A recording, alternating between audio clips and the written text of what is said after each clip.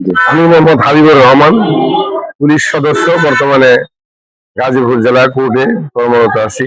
আমার আর মাত্র 2-3 দিন আছে সময় আমি রিটায়ার করব। আমি দীর্ঘদিন যাবৎ এই ফিস্টুলার রোগে ভুগতেছি।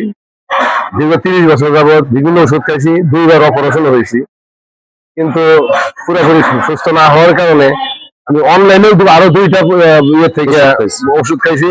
মানে সর্বশেষ আমাদের এক পুলিশ সদস্যের কাছে দেখলাম আমি একদিন ফেসবুকে, তার হলো ইসি নিয়ে পরে আমিও খাওয়া শুরু করলাম।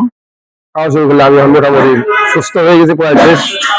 আমার এই বিশ্বাস যে এখানে আরো যারা সুস্থ হবেন ইনশাআল্লাহ, আল্লাহর যদি রহমত থাকে সুস্থ হবেন। আপনারা যারা এই রোগে ভুগতেছেন তারা এই ওষুধটা খাইতে পারেন।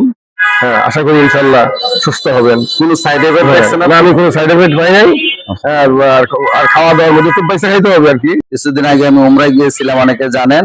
এখানে জমজমের পানি, বীরে শেফার পানি, বীরে গার্সের পানি, 3টা পানি নিয়ে আসছি। 3টাই বরকতপূর্ণ পানি, আল্লাহ পাকের কুদরতি পানি, বরকতপূর্ণ পানি। এই পানিগুলো ওনাকে হাদিয়া দেওয়ার জন্য নিয়ে আসছি। আপনি এই পানিটা অনেক বড় বোতলে মিলিয়ে নেবেন, কারণ আপনি 5 লিটার 10 লিটার বোতলে মিলালেও সমস্যা নাই।